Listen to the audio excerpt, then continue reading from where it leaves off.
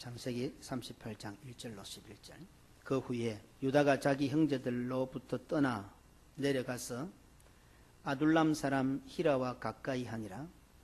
유다가 거기서 가나안 사람 수아라 하는 자의 딸을 보고 그를 데리고 동침하니 그가 임신하여 아들을 낳으매 유다가 그의 이름을 엘이라 하니라. 그가 다시 임신하여 아들을 낳고 그의 이름을 오난이라 하고 그가 또다시 아들을 낳고 그의 이름을 셀라라 하니라. 그가 셀라를 낳을 때에 유다는 거십에 있었더라. 유다가 장자 엘을 위하여 아내를 데려오니 그의 이름은 다말이더라.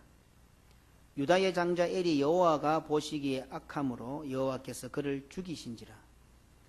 유다가 오난에게 이르되 내 형수에게로 들어가서 남편의 아우된 본분을 행하여 내 형을 위하여 씨가 있게 하라. 오난이 그 씨가 자기의 것이 되지 않을 줄 알므로 형수에게 들어갔을 때에 그의 형에게 씨를 주지 아니하려고 땅에 설정하며 그 일이 여호와 보시기에 악함으로 여호와께서 그도 죽이시니 유다가 그의 며느리 다말에게 이르되 수절하고 내 아버지 집에 있어 내 아들 셀라가 장성하기를 기다리라 하니 셀라도 그 형들같이 죽을까 염려함이라. 다말이 가서 그의 아버지 집에 있으니라. 아멘. 우리는 지난 시간까지 엘리압을 통해서 수혼제도에 대해서 많이 언급했습니다. 많이 언급했지만 의외로 설명해보라면 하기가 어려울 것입니다. 그리고 아직까지도 정확하게 그 뜻을 잘 모르실 겁니다. 그래서 한번 팔대로 한번 파보도록 그렇게 하십시다. 성경에서 수혼제도, 계대제도, 대를 이어간다, 계승한다, 계대제도에 대해서 제일 먼저 언급되고 있는 부분이 오늘 읽었던 본문 창세기 38장입니다. 창세기 38장은 그냥 읽어서는 이해가 난해한 본문입니다. 어제 주보를 만들면서 우리 이현성 목사가 올라왔길래 제가 설교 제목을 주니까 목사님 결국엔 하시는군요 그러더라고요. 제목을 보더만 땅에 설정하며 좀 그렇죠? 결국은 하시는군요. 그래서 야 뭐 어떻게 설교가 나올 것 같나니까 한참 해놨더만은 기대해 보겠습니다 라고 내려가더라고요. 처음부터 시작부터 머리를 띵하게 만듭니다. 유다는 야곱으로부터 장자의 축복을 받았습니다. 유다는 예수 그리스도의 족보의 조상이 되었습니다. 창세기 49장 8절로 12절에 유다야 너는 내 형제의 찬송이 될지라. 네 손이 네 원수의 목을 잡을 것이요 네 아버지의 아들들이 네 앞에 절하리로다. 유다는 사자 새끼로다. 내 아들아 너는 움킨 것을 찢고 올라갔도다. 그가 엎드리고 웅크림이 수사자 같고 암사자 같으니 누가 그를 범할 수 있으랴. 규가 유다를 떠나지 아니하며 통치자의 지팡이가 그 발 사이에서 떠나지 아니하기를 실로가 오시기까지. 메시아에 대한 예언이죠. 이르리니 그에게 모든 백성이 복종하리로다. 메시아에 대한 그죠? 그의 나귀를 포도나무에 매며 그의 암나귀 새끼를 아름다운 포도나무에 맬 것이며 또 그 옷을 포도주에 빨며 그의 복장을 포도즙에 빨리로다. 그의 눈은 포도주로 인하여 붉겠고 그의 이는 우유로 말미암아 희리로다. 메시아에 대한 진정한 장자의 축복이 에브라임을 이어서 주어지고 있습니다. 그런 유다가 가나안 사람, 이스라엘 사람도 아닌 가나안 사람 수아와 동침하여 세 아들을 낳습니다. 다말을 며느리로 데리고 왔는데 두 아들이 죽게 됩니다. 결론적으로 유다는 예수 그리스도의 조상이 되는 유다는 며느리 다말과 동침하여 아들을 낳습니다. 창세기 38장 18절에 유다가 이르되 무슨 담보물을 내게 주랴. 그가 이르되 당신의 도장과 그 끈과 당신의 손에 있는 지팡이로 하라. 유다가 그것들을 그에게 주고 그에게로 들어갔더니 그가 유다로 말미암아 임신하였더라. 이 말하는 그는 다말입니다. 우리가 읽었던 본문 맨 마지막 절에 집으로 보내지 않습니까? 소박을 받은 거죠. 일종의 아들을 못 놓으니까 소박받는 것처럼. 이런 우리나라의 전통은 상당히 성경에서 많이 찾아낼 수가 있습니다. 소박을 받은 이 다말은 가만히 생각하니까 자기 시아버지 유다가 셀라를 안 줄 것 같거든요. 안 이어줄 것 같단 말입니다. 그래서 창녀로 변복을 하고 유다를 유혹해서 받아들이는 장면에 동침하기 전에 점검물을 받는 내용의 말씀입니다. 이건 역시 참 이해하기가 어렵죠. 창세기 38장 27절 30절입니다. 해산할 때에 보니 상태라. 해산할 때에 손이 나오는지라. 산파가 이르되 이는 먼저 나온 자라 하고 홍색 실을 가져다가 그 손에 메었더니 그 손을 도로 들이며 그의 아우가 나오는지라. 먼저 된 자가 나중되고 또 어떻습니까? 나중에 야곱도 그랬습니다. 하나님께서 네 속에 이삭과 리버버 그러잖아요. 두 민족이 있다. 큰 자가 작은 자를 섬길 것이고 작은 자가 큰 자보다 먼저 되리라. 또 어떻습니까? 야곱이 에브라임과 므낫세를 손을 어긋맞게 축복합니다. 이런 논리들은 성경에 공통적으로 나타나는 분모들입니다. 그 손을 도로 들이며 그의 아우가 나오는지라 산파가 이르되 네가 어찌하여 터트리고 나오느냐 하였으므로 그 이름을 베레스라 불렀고 그의 형 곧 손에 홍색 실 있는 자가 뒤에 나오니 그의 이름을 세라라 불렀더라. 며느리 다말에게서 얻은 아들들은 베레스와 세라입니다. 이렇게 해서 얻은 아들로 통하여 예수 그리스도까지 족보가 연결됩니다. 마태복음 1장 3절에 유다는 다말에게서 베레스와 세라를 낳고 베레스는 헤스론을 낳고 헤스론은 람을 낳고 람은 유다의 두 번째. 그러니까 이 적통으로 이어지지 않고 전부 다 이런 식으로 성경은 역사가 이어져 내려옵니다.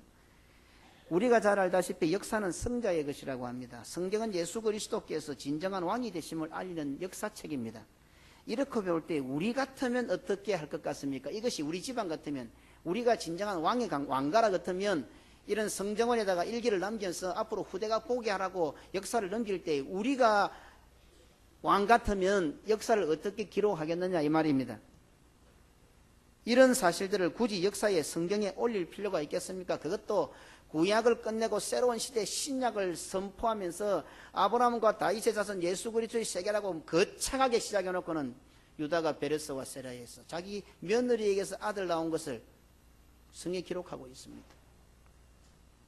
무슨 자랑스러운 사설이라고 구약을 끝내고 새로운 시대를 선포하는 신약의 첫머리에 당당하게 그 이름과 사건을 올리고 있다는 말입니까? 고대의 수많은 사람들이 이런 부분을 들어 예수 그리스도의 정통성과 왕이 되심과 메시아 되심에 대한 부정적인 반응들이 있을 것은 당연하지 않습니까? 우리나라 조선의 역사를 봐도 쉽게 이해할 수 있는 부분입니다. 영조도 무수리의 아들이라는 출신 때문에 한평생 콤플렉스에 시달렸던 것을 우리가 잘 압니다. 영조하니까 잘 모르겠죠. 사도세자의 아버지입니다. 요새 사도세자가 많이 등장하니까 잘 아실 겁니다. 그리고 그 사도세자 아들에 의해서 정조대왕 시대가 펼쳐집니다. 사실 영조도 무수리 아들 형을 죽였다는 것 때문에 평생 콤플렉스로 살았습니다. 성경도 모르는 북한의 김일성 가게조차도 백두혈통 운운하는 것을 보면 왕들에게 있어서 족보의 정당성이 얼마나 중요한 것인지를 우리는 충분히 이해할 수 있습니다. 그냥 상식적으로 봐도 쉽게 알 수 있는 내용들이고 굳이 왕이 아니라도 뭐 이런 거 우리 집안 이런 거 있었으면 알릴 이유가 있겠습니까? 그런데 왜 성경은 이런 부분들을 기록하고 있을까요? 아마 창세기 38장의 본문에 대하면서 제가 언급한 부분들만 생각해도 좀 고개가 갸우뚱하고 혼동스러운 부분이 있을 것입니다. 하지만 이제 적어도 우리 부산개금교회 성도들은 이런 성경의 본문들을 만나게 될 때에 어떻게 이런 일이 있을 수 있는가라고 보는 것이 아니라 하나님께서 이런 사실을 성경에 기록했다면 기록한 목적이 무엇일까? 왜 하나님께서 굳이 이런 사실들을 기록했을까? 이렇게 생각할 수가 있어야 한단 말입니다. 우리 부산개금교회 성도 아닌 사람들은 어떻게 성경에 이런 것이 기록되어 있지? 정말 이해할 수가 없구나 이렇게 본다 하더라도 오늘 우리 교회 성도들 정도는 하나님께서 왜 기록하셨을까? 하나님께서 이렇게 이것을 기록한 목적이 무엇일까? 우리에게 주시고자 하는 말씀이 뭘까? 적어도 생각을 이렇게 가져야 한다 이 말입니다. 성경은 하나님의 말씀입니다. 그러니 하나님께서 이렇게 기록하셨으면 하나님께서 이 기록을 통해서 우리에게 하시고자 하는 말씀이 무엇인지를 먼저 살펴보는 것이 수순입니다. 한 줄 읽어놓고 맞니 안 맞니 이해가 되니 안 되니 따질 것이 아니라 우리가 한 줄 읽어놓고 왜 하나님께서 이것을 기록하셨을까? 하나님께서 기록한 목적이 무엇일까? 우리에게 이 말씀을 알려주시는 이유가 뭘까? 이렇게 보는 것이 바른 수순이다 이 말입니다. 왜 하나님께서는 자신이 망가지는 것까지도 불사하시고 이런 내용을 기록하셨을까요? 성경은 복음입니다. 성경은 구원의 책입니다. 하나님께서 성경을 우리에게 주신 이유는 우리를 구원하시기 위함입니다. 그렇다면 이런 기록을 통해 하나님께서 우리를 구원하시기 위하여 자신이 망가지시는 것도 불사하고 있다는 것을 우선적으로 알 수가 있습니다. 하나님이신 자기가 망가지고 자기가 업수여기 당하는 것보다도 우리가 구원받는 것이 더 중요하다 이 말입니다. 이 하나님의 사랑을 보십시오. 사실은 망가지시는 정도가 아니라 죽기까지 하셨으니 여기에 무슨 토를 달겠습니까? 우리 하나님은 자기가 죽기까지 하셨습니다. 왜? 우리를 구원하시려고. 왜? 우리를 사랑하시기 때문에. 그런데 뭐 이런 소리 하나 듣는 거 망가지는 거 부끄러워 하시겠습니까? 적어도 이런 각도로 성경을 보고 들어가야 된다 이 말입니다. 그렇다면 이런 기록을 통해 하나님께서 우리를 구원하시기 위하여 자신이 망가지시는 것도 불사하신 것을, 죽기까지 하셨다는 것을 우리는 먼저 머릿속에 넣어놓고 이 사건을 대해보십시다. 물론 그 내용을 들여다보면 하나님께서 망가지시는 것이 아닙니다. 인간적이고 세상적인 관점으로 성경을 보니 그렇게 보일 뿐입니다. 오늘 우리의 시대적인 기준을 가지고, 나의 기준을 가지고 성경을 들여다보니 그렇게 보일 뿐입니다. 어떻게 형수와 부부가 되느냐? 지금의 관점을 가지고 보니 그렇게 보일 뿐이지, 삼국시대는 형수를 안 거두어들이면 그것이 나쁜 놈입니다. 겨우 2000여 년 전에 삼국시대에 우리나라의 역사 가운데 고구려, 백제, 신라, 삼국시대 그때에 저 부여나 동이족이나 선비족에 평범하게 있었던 제도가 바로 형수를 데려오는 제도였습니다. 그때는 형수 안 데려오면 문제가 되었습니다. 2000년이 지나고 나니까 그것이 이상합니다.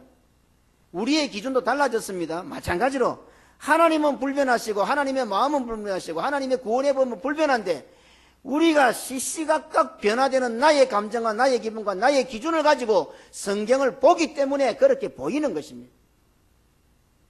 철저하게 이 강단은 말씀의 기준을 가지고, 하나님의 기준을 가지고 성경을 보아야 하고 예배를 드려야 되고, 오늘 우리의 입장에서 예배를 드리는 것이 아니라 하나님의 관점을 가지고 하나님의 입장에서 예배를 드려야 되는 겁니다. 오늘 새벽 기도 때 그 언급을 했습니다. 제가 예배 시작하기 전에 우리가 하나님의 것을 도둑질했다, 뭐 돈 한 푼 이거 자꾸 따위 산다, 아닙니다. 하나님의 예배를 도둑질한 거예요. 우리가 원해서 예배를 드리는 거예요. 하나님의 관점, 믿음의 관점으로 성경을 보고 설교를 듣고 바르게 적용하면 우리가 지금 혼동스러워하고 이상스럽게 생각하는 것에 1000배, 10,000배 더 큰 의미와 은혜를 누릴 수가 있게 되는 것입니다. 성도들의 묵상을 기대하며 오늘은 한 가지만 돌아보려고 합니다. 그래서 첫째, 엘이 하나님 보시기에, 여호와 보시기에 악하여 죽이신 사건은 한 주간 묵상해 보시고 오늘 오난에 대한 것을 살피겠습니다. 어쩌면 오늘의 설교가 본문의 사건을 풀어나가는 첫 단초가 될지도 모르겠습니다. 사실 오늘 설교의 제목을 잡는데 많은 망설임이 있었습니다. 지난주에 설교하려다가 이 제목 때문에 미루고 하다가 결국은 다른 제목을 잡다가 오늘 이 제목을 다시 잡았습니다. 땅의 설정함에. 제가 이 제목을 잡고 나니까 집사람이 오늘 그래요. 오늘 손자들이, 아들들이 설교 듣고 집에 가서 아버지 보고 할아버지 보고, 할아버지, 아빠, 엄마, 땅에 설정했다는 말이 뭔 뜻이야? 이러면 도대체 무슨 대답을 할지 궁금하다 이러면서 오늘 웃은 적이 있습니다. 좀 점잖아 보이지 않습니다. 예배 시간 강단에서 할 표현 같아 보이지 않습니다. 이런 말을 입에 담는 목사가 좀 없어 보입니다. 질이 낮아 보이지요? 양반 가문에서 태어나신 성도들은 더더욱 그럴 것입니다. 뭐 저런 좀 속된 말을 설교 제목을 삼는가? 아이들도 많은데 하필이면 왜 저런 부분을 다루어야 하는가? 수원제도, 계대제도는 단순히 혈과 육의 개성을 뜻하는 것이 아닙니다. 우리의 이름이 하나님의 생명책에 영영토록 끊어지지 않게 하는 구원의 제도입니다. 그 구원을 이어가는 방법이 바로 오늘 본문에 나타나는 수원제도, 계대제도입니다. 이 수원제도, 계대제도는 예수 그리스도와 교회로 완성되었습니다. 우리 주 예수 그리스도와 교회밖에는 구원이 없습니다. 이름을 이어갈 수가 없습니다. 하늘 생명책의 이름을 기록할 수가 없습니다. 예수 그리스도의 후사가 된다는 것은 곧 구원의 백성이 된다는 뜻입니다. 그런데 예수 그리스도께서 부활 성천하셔서 이 땅에 계시지 않습니다. 지금 이 땅에 안 계십니다. 그런데 오늘 교회는 예수 그리스도의 아이들을 낳아야 합니다. 우리가 예수 그리스도의 족보에 이름이 올라가야 구원을 얻습니다. 오늘 우리가 이 자리에 앉아있지만 예수 그리스도는, 우리의 아버지이신 예수 그리스도는 하늘에 성천하셔 버렸습니다. 그러면 아버지가 씨를 줘야 그의 아이들이 될 건데 우리는 아버지의 족보에 이름 올릴 방법이 없습니다. 아버지의 족보에 이름을 못 올리면 우리는 구원받지 못합니다. 우리로서는 예수 그리스도의 후사가 되는, 예수 그리스도의 아들이 되고 예수 그리스도의 딸이 되는 방법이 전혀 불가능합니다. 0.001%의 가능성도 없습니다. 왜? 예수 그리스도께 안 계시니까. 전능하신 하나님께서는 이미 이 사실을 다 아시고 수원제도, 계대제도를 주셨습니다. 예수 그리스도의 동생이 된 사도들과 사도들의 뒤를 이어 목회자들을 통해 예수 그리스도의 신부인 교회와 형수와 동침하여 아들을 낳게 하고, 그렇게 해서 잉태한 아들들과 딸들은 먼저 하늘로 올라가 계신 예수 그리스도의 후사로 이름을 올려 이 땅에서 그리스도의 이름이 끊어지지 않게 하신 것입니다. 잘 들으셔야 됩니다. 아주 중요해 보이는 매우 중요한 부분입니다. 오늘 우리가 교회를 통하여서 예수님을 나의 구주로 믿어 우리가 그리스도의 후사가 됩니다. 그리스도의 후사가 되어 우리의 이름이 하늘의 생명체에 올라갑니다. 그러나 핵심은 무엇인가 하면 우리가 그리스도의 아들이 되고 딸이 되는 것은 예수의 이름을 잇기 위함입니다. 무슨 말이겠습니까? 우리의 이름을 잇기 위함이 아니라 예수의 이름을 이어주기 위해서 우리가 이 땅에서 그리스도의 자녀가 되는 겁니다. 이렇게만 보아도 오난이 땅에 설정함에라는 표현은 단순히 성적인 것을 넘어서 얼마나 중요한 의미를 담고 있음을 깨달을 수 있습니다. 물론 성경 주석이나 많은 해설집들은 오난의 이런 행위들을 자신이 물려받은 유산으로 풀기도 합니다. 형의 아들이 태어나면 아버지의 유산이 그 아들에게로 가게 됩니다. 하지만 형의 아들이 없으면 당연히 아버지의 유산은 자신에게로 돌아옵니다. 어느 정도 가능한 해석입니다. 하지만 그 핵심이 결국 세상에서 잘 되는 것과 못 되는 것이 됩니다. 우리의 구원과 연결해 볼 때 조금 빈약합니다. 세상의 물질적인 것이기 때문에 그렇습니다. 그것도 영적으로 해석을 하면 상당히 의미가 있습니다. 한번 풀어볼 겁니다. 한편으로 성적 타락을 그 원인으로 봅니다. 오나니즘, 자위행위죠. 근데 사실 이 단어 잘 안 씁니다. 요즘 그죠? 영어로 쓸 때에 오나니즘 이래 안 하잖아요. 그죠? 어쨌든 오나니즘은 자위행위라는 말은 오난이라는 이름에서 파생된 것입니다. 이런 것들을 종합해 볼 때에 성적 문락, 성적 타락으로도 볼 수가 있습니다. 하지만 하나님 앞에서 악하여 죽일 정도의 죄라면 그것이 단순히 성적 문란이나 성적 타락 정도가 아니라 삼위 하나님께서 이루시려고 하는 구원과 직결되는 것이 분명합니다. 만약에 우리의 어떤 죄로 인해서 하나님께서 죽이신다면 뭐 여기에서 살아남을 자가 누가 있겠습니까? 하나님께서 보시고 악하고 하나님께서 보시고 적극적으로 죽이셔야 할 정도 같으면 이거는 삼위 하나님의 구원과의 문제가 터진단 말입니다. 그러니 오난이 땅에 설정한 것을 유산과 관련된 재산적으로 것으로 혹은 성적 문란이나 성적 타락으로 보는 것은 하나님의 관점이라기보다는 윤리적이고 인간적이고 세상적인 관점이 조금 더 많이 가미된 것이라고 볼 수가 있습니다. 오늘 우리들의 구원은 교회를 통한 말씀으로 주어집니다. 수원제도는 단순히 단절된 집안의 계보를 잇는 차원이 아닙니다. 그 시대는 그렇게 보았을지 몰라도 사실 그 시대 사람도 그렇게 보지 않았습니다. 왜? 창세기 3장 15절에 하나님께서 여자의 후손에 대한 약속을 주셨기 때문에 아브라함 이후의 모든 믿음의 사람들은 이 계대제도가, 이 수원제도가 메시아를 오게 하는 제도라는 것을 다 알고 있었습니다. 사실은요. 우리 집안의 대를 잇는 것이 아니고 메시아가 오시게끔 대를 이어가는 겁니다. 예수 그리스도 오시게끔. 그러니 이 수원제도는 궁극적으로 메시아께서 오실 때까지 이어가야 하는 계보, 족보입니다. 이것을 오늘날 우리에게로 적용하면 우리 주 예수 그리스도께서 재림하실 때까지 우리는 또 이어가야 하는 계보입니다.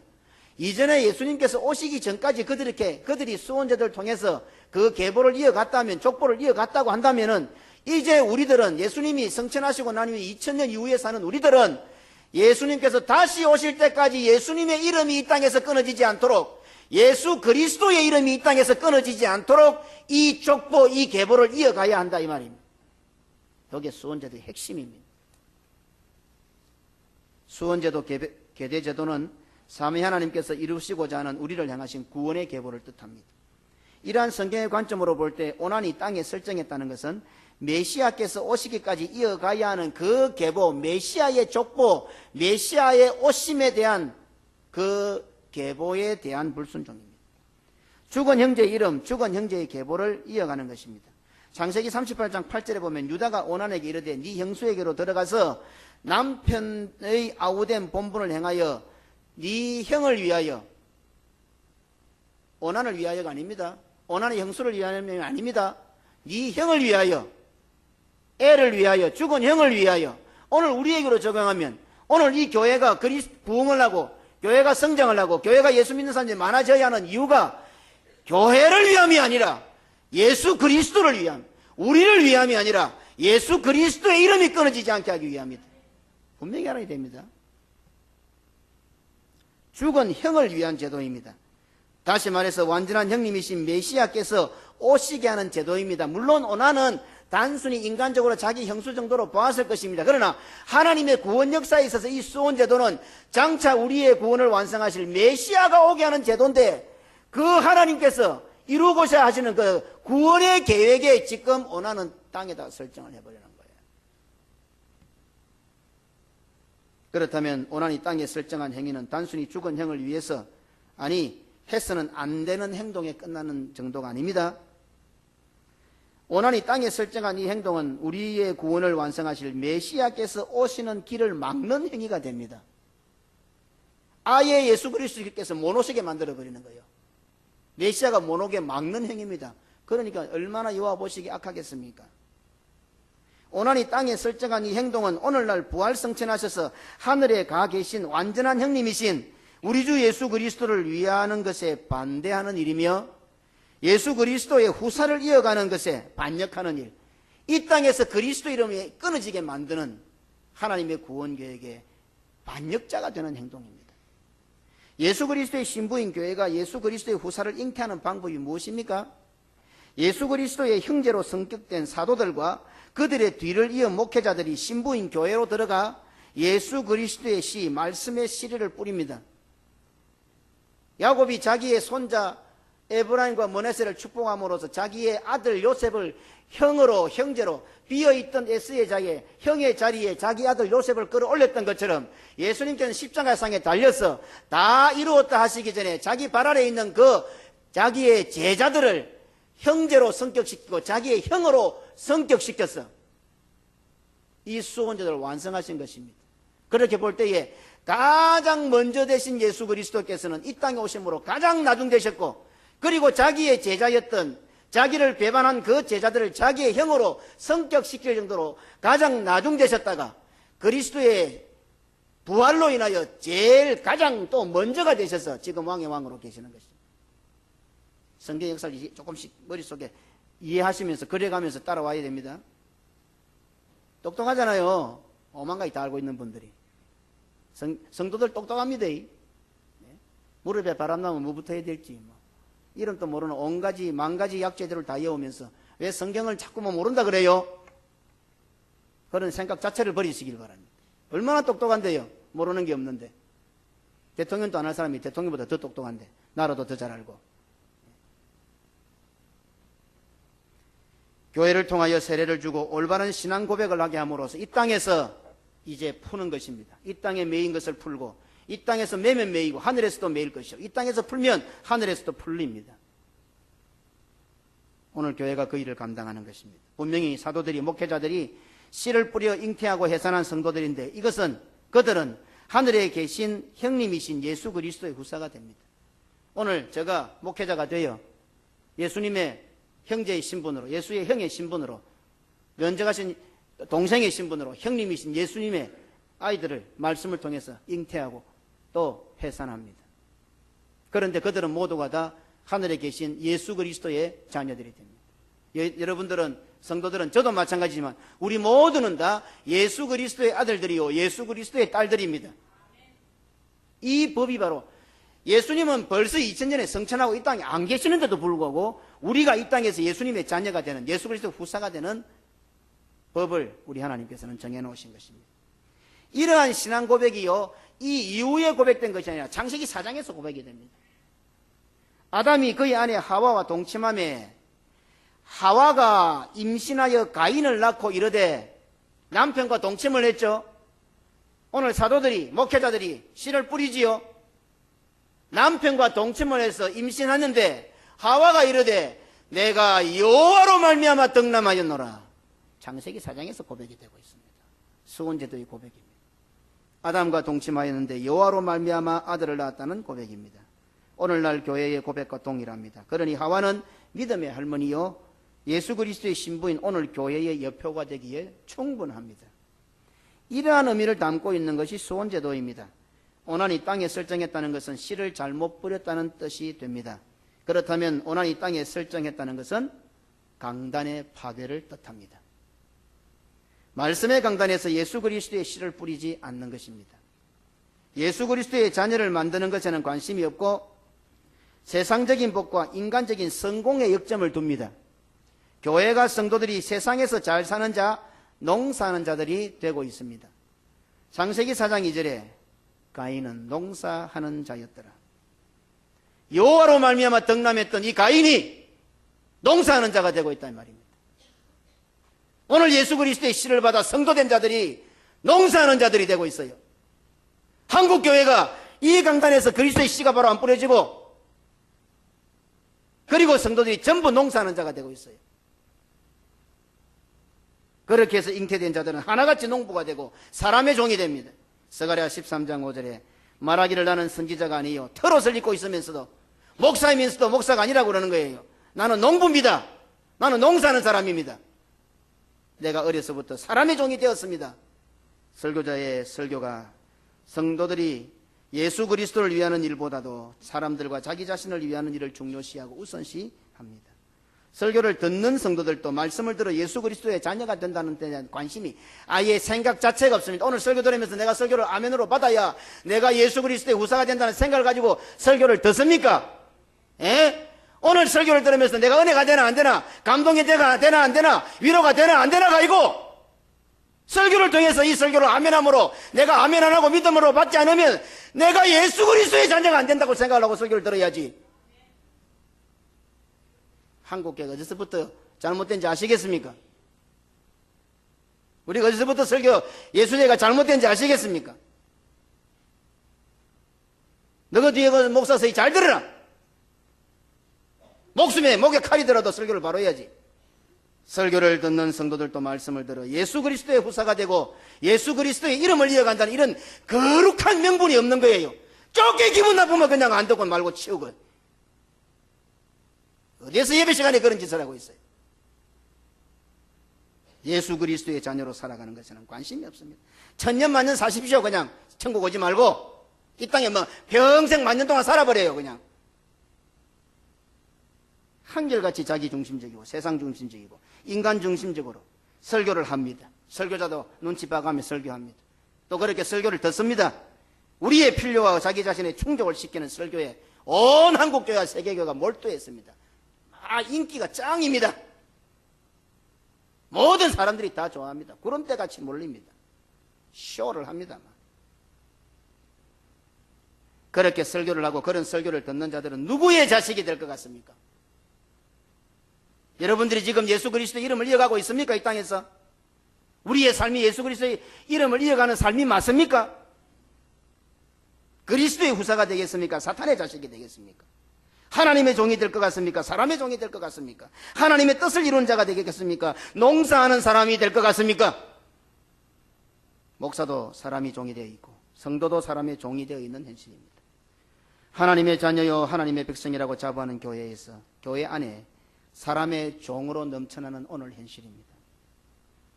예수 그리스도를 위하여 예수 그리스도의 자녀를 잉태해야 하는 교회가 사탄의 자식을, 세상의 자식을, 사람의 자식을 잉태하고 있습니다. 그렇게 하여 우리가 수많은 자식을 덕남했다고 자랑합니다. 처음 사랑을 잃어버렸던 에베소 교회처럼 공로 사상이 교회 안에 가득 차 있습니다.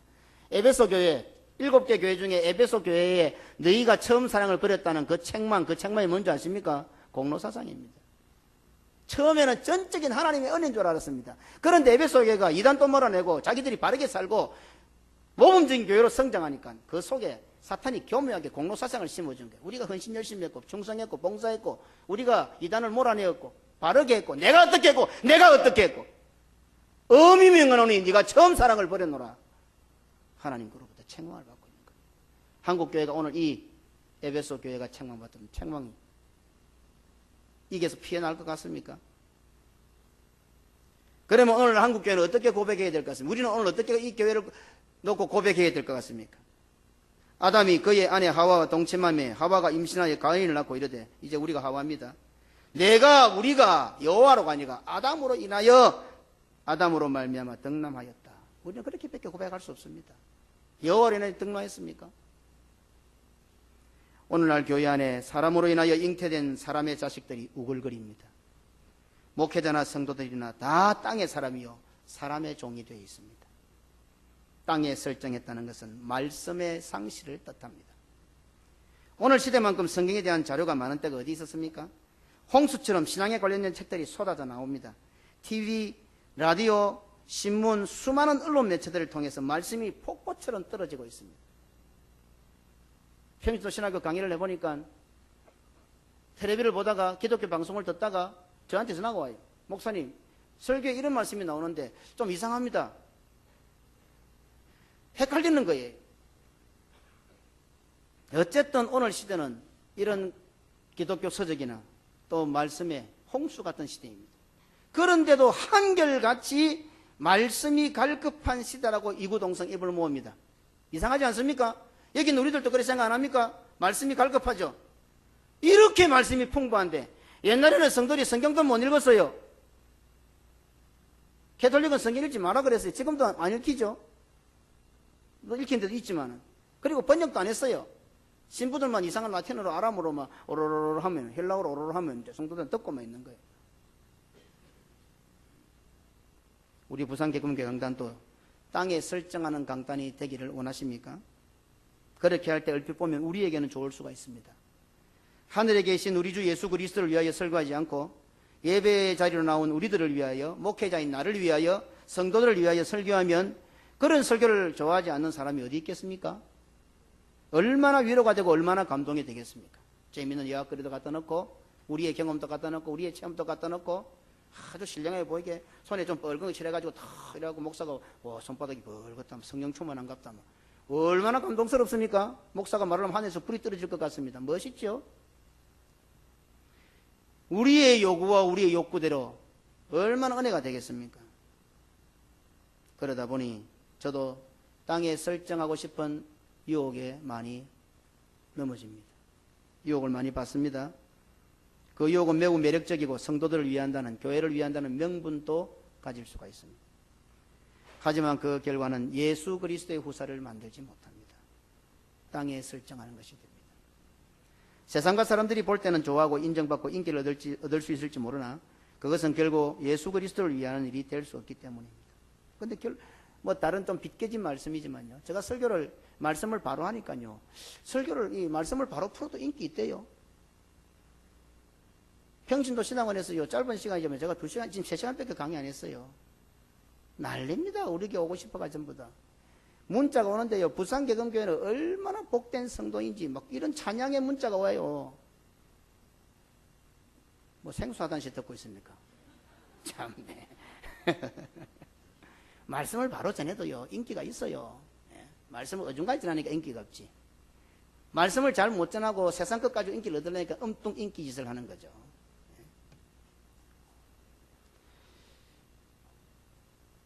예배는 철저히 예수 그리스도를 위하는 것입니다. 창세기 38장 8절에 한 번 더 보겠습니다. 유다가 오난에게 이르되 네 형수에게로 들어가서 남편의 아우된 본분을 향하여 네 형을 위하여 씨가 있게 하라. 형을 위하여입니다. 예배는 철저히 형을 위한 겁니다. 깍두기들이 형님이 아니라 실제로 우리가 형님 해야 됩니다. 제일 큰 형님이 누굽니까? 사실 목회자들이에요. 이거는 성도들하고 조금 각도가 다르지만 목회자를 잘 들어야 돼. 목회자의 큰 형님은 예수님이라. 형님이 시키면 목숨을 걸고 이 조직에는 한번 들어가면 나오질 못해. 죽어야 나오는 제도라. 어떻게 해서 깍두기들이 이 성경 제도를 받아들였을까? 오늘 예수님들은, 목사들은 그거 못하는데, 목사들은 돈에 이런에 쉽게 팔리는데 깍두기들은 한 번 들어가면 이거 뭐 빙신되든지 죽든지 둘 중에 하나 해야 나온단 말이에요. 어떻게 이 제도를 바로 알고 깍두기 제도를 만들었을까? 이상하네 진짜. 우리가 바로 목사들이 그 제도인데, 큰형님이신 예수님을 위해서 죽어야 될 자들이 우리들인데, 목사들인데. 예배의 자리에 예수 그리스도를 위하여 참여한 성도들이 몇 명이나 될까요? 오늘 다 시간 내서 교회 나왔는데 오늘 또 예수님을 위해서 교회 가자 이래 생각한 사람들 몇 명이나 될까요? 사람의 제일 된 목적인 하나님을 영화롭게 하고 그를 영원토록 절구하는 것이 완성된 것이 바로 최고의, 이 사람의 제일 된 목적이 완성된 최고의 현장이 바로 예배의 시간입니다. 하나님을 가장 영화롭게 하는 예배의 시간에, 하나님을 가장 절구하는 예배의 시간에 하나님에게는 관심이 없고 하나의 일 모두가 우리 관심밖에 없습니다. 내 기도가 응답받아야 되고, 내가 위로받아야 되고, 내가 감동받아야 되고, 내 문제가 해결돼야 되고, 내 기분이 좋아야 되고, 내 마음에 맞아야 되고, 내 기준이 우선이고. 예배에 참석해 전부 우리 내밖에 없습니다. 이상하지 않습니까? 이게 정말 예배입니까? 예배는 하나님의 보좌 앞에 나오는 시간입니다. 천상의 하나님의 보좌 앞에 나와서 원수들의 목전 앞에서 밥상을 베풀어서 천국 잔치를 하는 곳이 바로 예배예요. 나를 죽이려고 사자처럼 으르렁거리면 나를 죽이려고 하는 그 원수의 눈앞에서 하나님으로 인하여 안전한 보호를 받고 비스듬하게 누워서 천국의 잔치, 나는 안식한다는 것을 보여주는 그 밥상을 받는 시간이 바로 예배 시간이에요. 하나님의 보호 속에 하나님의 통치가 있고 하나님의 보호가 있기 때문에 나는 원수 앞에서도 이렇게 즐거워할 수 있습니다. 나는 저 원수를 못 이기지만 하나님께서 연초부터 연말까지 나를 지켜보시고 이른 비와 늦은 비를 주시며 나를 보호하고 계시기 때문에 내 원수의 목전에서도 나는 평화를 누리고 안식을 누리고 밥상을 차릴 수 있습니다. 예배 시간이에요. 그게요. 주인공이 누구예요? 하나님이시지 않습니까? 예배의 주인공이 목사예요? 예배의 주인공이 장로예요? 예배의 주인공이 성도들이에요? 이 예배의 주인공은 하나님이시란 말입니다. 하나님을 위하여 예배를 드려야 되는 겁니다. 하나님을 위하여. 예배는 구원받은 백성들이 주의 날에 하나님의 보좌 앞으로 나와 세상을 바라보던 눈을 감고 하나님의 기색을 살피는 시간입니다. 서로서로 쳐다본다고 정신 빠지지 말고 세상의 모든 눈을 감고 이제 하나님의 얼굴을 보는 시간, 하나님의 기색을 살피는 시간이 바로 예배 시간이에요. 에스더서 1장 14절에 그때의 왕에 가까이어 왕의 기색을 살피는 나라 첫머리에 앉은 자는 왕의 기색을 살피면서 왕의 첫머리에 꼭 그렇게 적용할 필요 없지만 그래서 예배 시간에 너무 뒤에 앉으려고 노력하지 마시고 그냥 차고 나오세요. 앞으로 조금 교회가 더 부흥되고 하면 이제는 장로님도 빨리 안 오면 막 밀리고 막 전부 앞에서 세례들 앉아버려요. 예, 하나님의 기색을 살펴야 되니까. 하나님의 기색을 살피는 방법은 말씀을 잘 듣는 방법밖에 없어. 그러면 저 뒤에 폼 잡고 앉아있지 말고 바삭바삭 땡기라 앉고 나는 요 밑에 앉아서 설교 들으면 은혜 받겠다. 하나님 기색 살피고 내일부터 다음 주부터 여기 앉아 아무 말도 안 할게요. 여기도 앉아. 하나님의 기색을 살피는 일에 관심을 기울이는데 집중을 해야 될 거예요. 예배는 하나님의 기색을 살피는 시간입니다. 예배는 하나님의 영광을 최고로 드러내는 시간입니다. 예배는 하나님으로 즐거워하는 시간입니다. 내 기도가 응답받아서 내 마음의 은혜를 받아서 감동을 받아서 내 궁금한 것이 풀어져서가 아니라 그거 한 개도 안 되어도 하나님 한 분만으로 즐거워하는 시간이 예배 시간입니다. 우리의 요구사항, 우리의 기도 제목이 응답되어서가 아닙니다. 예배는 하나님께서 우리로 인하여 기쁨을 이기지 못하는 시간입니다. 스바냐 3장 17절에 너의 하나님 여호와가 너의 가운데 계시니 우리 가운데 지금 하나님이 동산 중앙의 선악가에 선악을 알게 하는 나무 우리 가운데 하나님이 계시니 그는 구원을 베푸실 전능장시라 그가 너로 말미암아 기쁨을 이기지 못하시며 너를 잠잠히 사랑하시며 너로 말미암아 즐거이 부르며 기뻐하시리라. 이 예배를 통해서 누가 제일 기뻐합니까?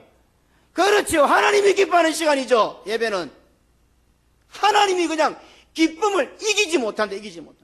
우리 때문에 우리가 그렇게 모이니까 하나님을 집중하고 하나님의 기색을 살피고 하나님의 안색을 살피고 하나님을 위하여 예배의 자리에 오니까 하나님이 기뻐서 막 주체를 못하는 거예요.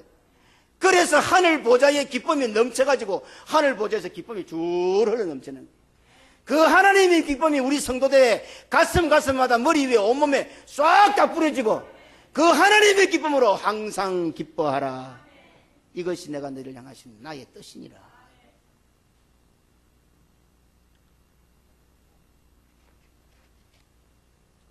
내가 기뻐하는 거 아니죠. 하나님의 기쁨이 주체하지 못하는 기쁨이 보좌에서 이 시온의 생수에서 하나님의 기쁨이 흘러넘쳐서 성도들에게 강을 이루고 바다를 이루어서 그 속에 들어가니까 하나님의 기쁨의 강 속에 빠져들어가니까 하나님의 기쁨의 바다에 빠져들어가니까 세상의 모든 염려 근심 걱정들 다 사라져버리고 하나님의 기쁨으로 기뻐할 수가 있는 거예요. 하나님 뜻이에요 이게. 그렇다면 설교자가 이 강단에서 누구의 기색을 살펴야겠습니까? 그렇죠. 연로하신 권사님들 다 잘하네요. 이렇게 화답하십시오. 설교시간 화답해도 좋습니다. 너무 좋습니다. 권사님들이 말씀을 받아 화답하고 아멘하고 하니까 장로님도 화답하십시오. 같이 하나님 앞에 말씀을 듣고 같이 하나님 앞에 영광 돌려야죠. 화답을 해요. 예? 무엇이 그래 점잖아요. 하나님 앞에서 어린아이처럼 화답을 해요. 강단에서 하나님의 기색을 살피지 않고 사람의 눈치를 보고 설교하는 것은 땅에 설정하는 것이 됩니다. 죄입니다. 예수 그리스도의 후사를 만드는 것이 아니라 사탄의 자식을 만드는 행위가 됩니다. 하나님 보시기 약함으로 죽일 수밖에 없습니다. 목회자로 하여금 눈치 보게 하는 성도가 되지 마세요. 설교자로 하여금 눈치 보며 설교하게 하는 성도가 되지 말라고요. 예? 이 목사가 여러분들 눈치 봤다가는 어떻게 바로 설교하겠어요? 눈치 보게 하지 마세요. 안 그래도 눈치가 백단이에요, 지금 제가.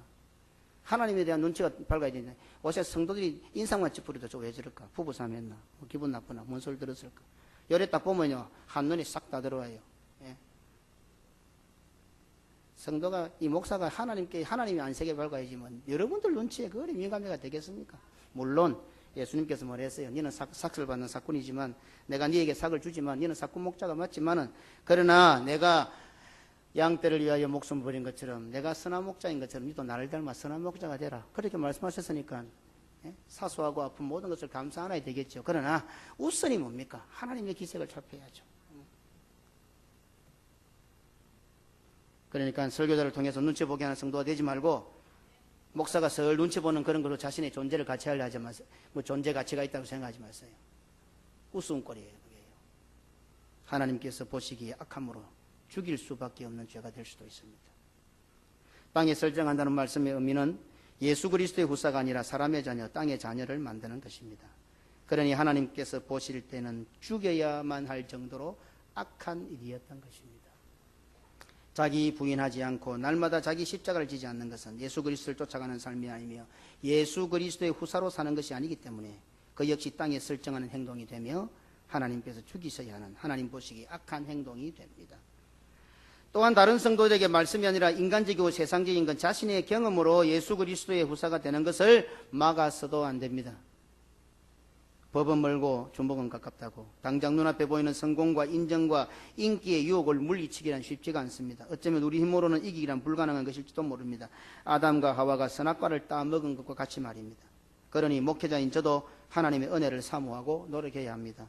동시에 성도들도 목회자인 제가 이 말씀의 강단에서 땅에 설정하는 유혹에 넘어가지 않도록 끊임없이 돕고 기도해야 합니다.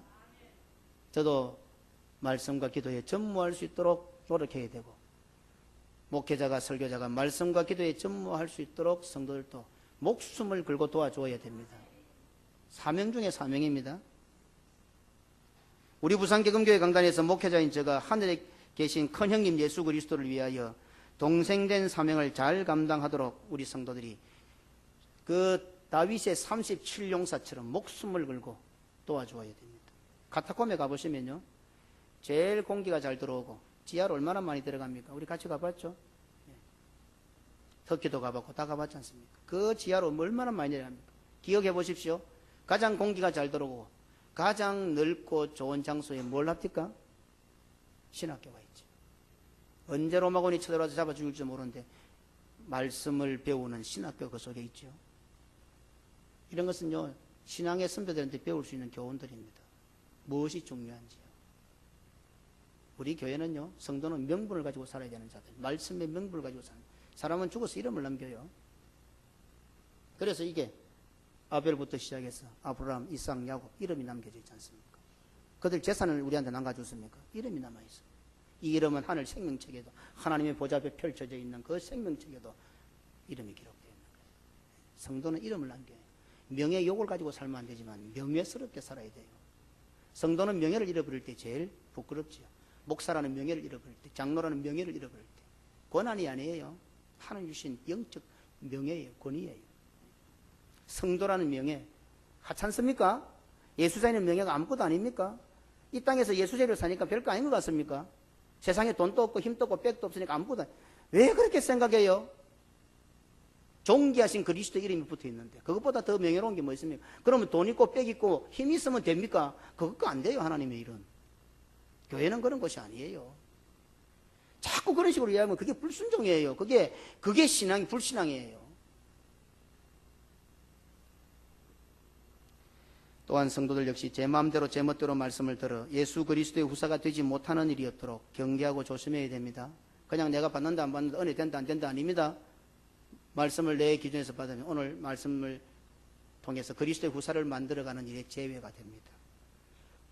구원의 은혜에서 제외가 되는 거죠. 스스로. 그죠?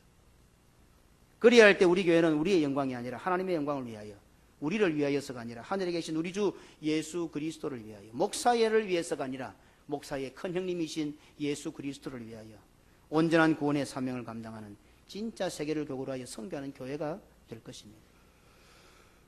그리야 할 때 우리 교회는 사생아를 잉태하는 것이 아니라, 사탄의 자식들을 잉태하는 것이 아니라, 사람의 아들, 나의 아들들을 잉태하는 것이 아니라 예수 그리스도의 후사, 예수 그리스도의 자녀를 잉태하는 참된 예수 그리스도의 신부로 살아가게 될 것입니다. 오늘 이 하와의 고백처럼 저는 창세기 4장을 읽으면서 이 고백에 완전히 무너졌습니다. 오늘 우리 모든 성도들도 내가 여호와로 말미암아 덕남하였노라. 한번 따라해 보십시오. 내가 여호와로 말미암아 덕남하였노라. 한 번 더. 내가 여호와로 말미암아 덕남하였노라. 배울 수 있겠죠? 내가 여호와로 말미암아 덕남하였노라. 이런 고백이 우리의 남은 인생에 계속하여 흘러넘치는 그런 복된 교회에 속한 성도들 다 되시기를 주님의 이름으로 축원합니다. 아멘.